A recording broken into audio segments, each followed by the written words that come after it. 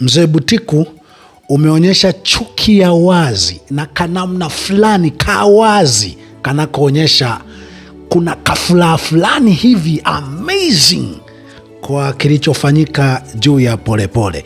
Yaani Polepole ndiye unaweza ukawa unamsema, alikuwa anasema lolololololo.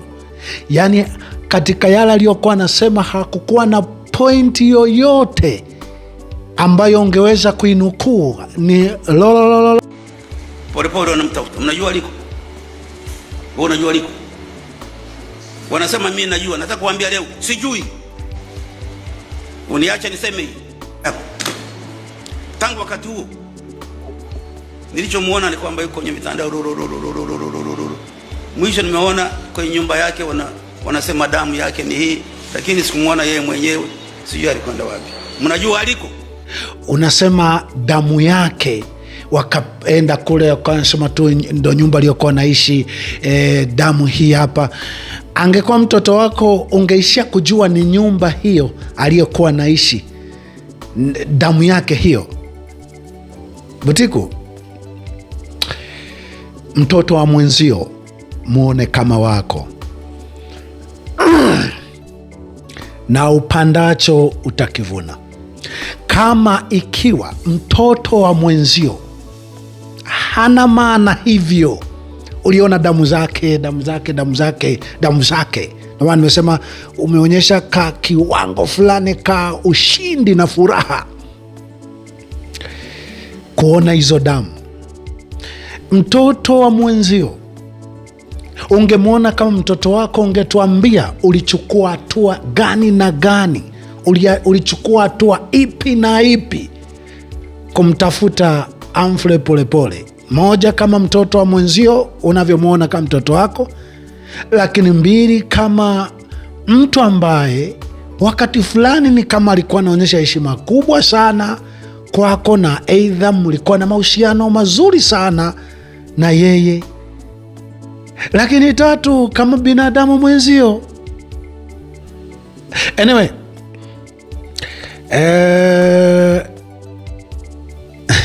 sijajua waliokutuma sio ulivyojituma, sijajua wanakuona bado, sijui na ushawishi. Umeongea sana kwa jazma na kwa mamlaka, ukiamuru mambo mengi sana. Yaani unaamuru kana kwamba ni mzee fulani mwenye ushawishi ambaye utakavyotoa maelekezo, watu wote waelekee huku, wataelekea kule. Mimi nadhani nilishawahi kusema habari yako Mzee Butiku, ulishapoteza ushawishi huo. Ulishaingia mmoja kati ya wazee wa hovyo zaidi waliopata kuishi. Tulipata wasiwasi kwamba inawezekana kabisa ulishalamba asali, ulishapata vipande vyako 30 vya fedha, ukauza uzee wako kwa vipande 30 vya fedha, ukawauza watu wako. Huu sio wakati wa kupaka rangi upepo kwa mzee kama wewe, ambaye ilitakiwa uongeze marafiki, itakiwa ujenge heshima ya kufia. Kwa sababu anyway, ni kweli sasa hivi tunaouawa sana ni vijana, na inawezekana wanaotuua wana michoro mizuri na baraka kubwa sana kwa wazee kama ninyi, kama wewe. Lakini wewe ungetengeneza sifa na heshima. Mzee, utu una thamani kuliko fedha. Lakini katika uzee huo ambao hakuna viwanja unaenda kujirusha, hakuna mziki unaenda kucheza, hakuna kwenye viwanja, kwenye baga, kwenye nini, hakuna nako kwenda, lakini unaonyesha Wedha umeramba ni asali au umepata vipande 30 vya fedha, unaonyesha unaiona fedha ni ya thamani, ni ya maana kuliko binadamu.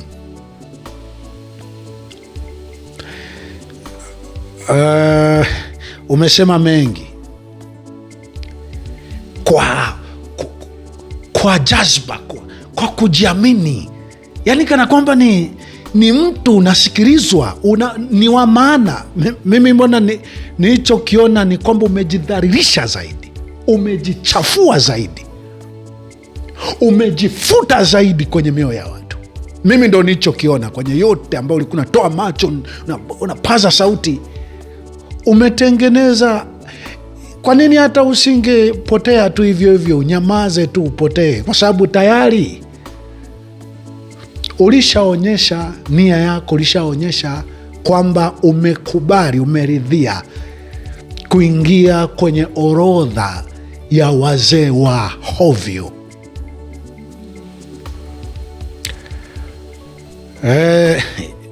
Umeongea mengi sana, sijui mtakaa na wazee, mtakaa na maaskofu, mtaridhiana, sijui watu wamsikilize rais wao. Akina nani hao? Ni rais wa nani? Ni rais wa nani? Rais si tungemchagua? Umetuuliza, tulienda kumpigia kula awe rais wetu? Si ni rais wao walioshirikiana nao kuua watu wetu, watoto wetu, ili wawe hapo? Hao ndo wamsikilize? Sisi, mimi binafsi, mimi nimesema ni dharau kubwa sana hata huyo rais wenu akisema akatuletea maji, atujengee barabara, atujengee, atupe umeme. Mimi nasema umeme pelekeni kwa watoto wenu walionufaika. Umeme pelekeni kwa watoto wenu walionufaika na ufisadi wenu binafsi wenu na mauaji mlioua watu wetu. Mtuletee hivyo. Alafu mbona dharau kubwa sana? Mnatuona mnazo Alafu na sisi tuseme kweli maendeleo, tuseme kweli ajira. Ni dharau kubwa. Yani uue mtoto wangu, muue watu wetu, mtuletee maji yenye matope. Hata mkileta masafi, mtuletee umeme wa gharama kubwa. Wakati bwawa la Nyerere ingekuwa rasilimali ni za Watanganyika. Bwawa la Nyerere Magufuli wa watu alilitengeneza kwa makusudi kwamba uniti moja ingeuzwa chini ya shilingi 50. Magufuli, Magufuli, umeme zimebaki ni rasilimali zenu. Anyway, kwa sasa hivi hata mtuletee umeme, hatuna kazi nao. Tunataka watu wetu, nasema mna ridhiana, sitakiwa kwanza mtuambie mili mmeiweka wapi, tuzika hata mifupa. Unasisitiza sheria na katiba. Sheria, katiba iliweka mahakama na polisi kwa ajili ya nini? Si kwa ajili ya kuwasweka ndani wahalifu. Leo hii kwenu sheria na katiba, wahalifu inabidi tukae nao chini tuzungumze. Anyway, maridhiano hayo yatakuwa nazungumza nani na nani? Maridhiano hayo yatakuwa ya nani na nani? Si wauaji na waliouliwa ndugu zao. Kwa sasa hivi katiba, sheria, watakaoua watu wakiua wengi zaidi, hao haitakiwi wawekwe ndani, sheria ifuate mkondo wake. Hao watatakiwa mazungumzo. Yale magereza yamewekwa kwa ajili ya nani? Wale walioko kule wamefanya nini zaidi ya kuua? Wale walioko kule wamefanya nini zaidi? Yani sasa hivi watu wakiua watu wengi sana, hawa hawatakiwi kwenda magereza. Hao wanatakiwa mukae muzungumze. Mzee Butiku, mbona ilikuwa utendee vema mwe. I say, unatoa kabisa macho na kama amri, lazima tuzungumze. Mnazungumza na nani? Kwani nani aliyekataa kuzungumza? Nani aliyekataa kuzungumza? Shida unazungumza, mwenyekiti mteua tume, mwenyekiti ni huyu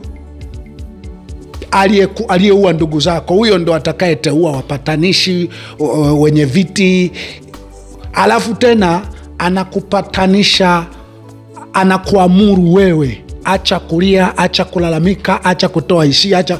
Ndo mapatano, ndo maridhiano. Maridhiano yanahitaji mwenyekiti asiye na upande wote. Ukisema wazee, tutakusanyisha wazee, kuna wazee ambao mna sifa ya kuwa wazee kwenye nchi yetu. Kuna wazee. Mzee peke yake aliyebaki ni Warioba, aliyebaki na yeye hawezi kusema sasa katiba, sheria, watu wakiua watu wengi hao wazungumze, ila atakaye kamatwa kama mbuzi wa kafara ambaye huenda atakuua hajaua, au ndo wakavae nguo za bluu wakasote kule magereza. Hawezi kufanya hicho. Mazungumzo yoyote lazima, hata kama mnafanya, hatua za kisheria kwanza zifuatwe, ndo mwanze kuona jamani, sasa hapa itatusaidia nini? Hatua za kisheria zifuatwe. Wauaji wanatakiwa wakavae nguo za bluu, ama kabla ya kuvaa nguo za bluu wakae kule, wasubiri uchunguzi, upelelezi, kesi iendeshwe. Kesi inapoendeshwa wakiwa mahali ambapo wanapastahili kuwa, ndio pengine mnaweza mkawa nasema jamani, sasa wale tumeshachukua hatua stahiki, wako jela, wako gerezani, lakini sasa hebu tuone, tuzungumze, pengine ndo anyway. Niseme tu kwamba nikipata nguvu za kuchambua, nikipata nguvu, kwa sababu maneno ya kama Butiku hivi, na kuita Butiku, watu ni mzee. Mbona akina Paulo, akina Yesu, akina Petro walikuwa wazee, akina Musa walikuwa wazee, tunaita tu Musa. Jina linaanza kutafuta vya nyuma vibwagizo, likipoteza heshima yake. After all, Bibi wa Taifa leo kusema mpumbavu haimpasi heshima. Lakini jambo lingine ambalo nimewahi kulisema katika Mithali sura ya 16 mstari wa 31, nasema kichwa chenye mvi ni taji ya utukufu, kama kikionekana katika njia ya haki, sio kikionekana katika njia ya uchawa, sio kikionekana katika njia ya mauaji, njia ya unafiki. Hivyo ndo vichwa vya kwamba heshima haimpasi mpumbavu. Upumbavu ni kufanya kosa, tena kwa umri kama huo, unalijua kabisa ni kosa, lakini unaamini kwamba una mapropaganda fulani, unaweza ukarutua macho hivi ukasema kwa ukali, halafu vikawa vya maana. Huo ndo upumbavu wenyewe. Heshima haimpasi mpumbavu.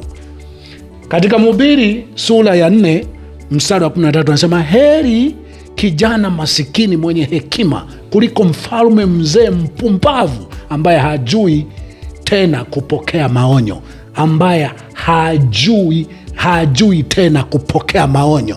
Sasa ndani wewe sio mfalme, lakini Biblia inaongelea habari ya mfalme mzee tena mpumbavu. Sasa iweje ambaye sio mfalme ila ni mzee, alafu mpumbavu, hapokei maonyo? Wewe unaweza ukawaje? Anyway, nilichosema, kama nitapata nguvu nikachambua na nikaona sababu za kurudi tena, huenda nitarudi tena. Mzee, sisi ni vijana, meua watoto wetu wadogo wa miaka 11 binti yangu miaka 28, mimi na miaka 42, mwakaona kuwa na miaka 43. Inawezekana Mungu atawaruhusu mtuondoe mapema, lakini sisi tutaishi zaidi ya miaka 200. Nyie pia mtalala, lakini mtakuwa mmoja binadamu wa hovyo zaidi waliopata kuishi. Inawezekana nyie mtakumbukwa muda mrefu kwa mauaji haya mliofanya. Mtakumbukwa muda mrefu, mmeingia kwenye historia ya dunia katika jamii na mamlaka katili zaidi zilizowahi kudhuru zaidi watu wao. Nina hakika nyie mumeingia. Kwanza namna mlivyowadhuru, staili mlivyowadhuru na idadi mliowadhuru, kwa sababu inawezekana kabisa kama mtu mmoja hivyo sema, wasiojulikana, picha ya mambo yalivyo, wameua watu wengi wasiojulikana kuliko wanaojulikana. Na kwa sababu wengine sisi tunafahamu ile namna ambayo imetumika sana kupitia madaktari, kupitia hospitali zetu, basi wengine sisi tunafahamu karibu kila ambacho kinaonekana mtu hayupo, tunauona mkono wa asiyejulikana kufanikisha hilo jambo kwa malengo mengi. Acha ufike wakati. Anyway, hongera na asante kwa kunisikiliza. Kwa yeyote uliyenisikiliza na kujifunza lolote, asante sana.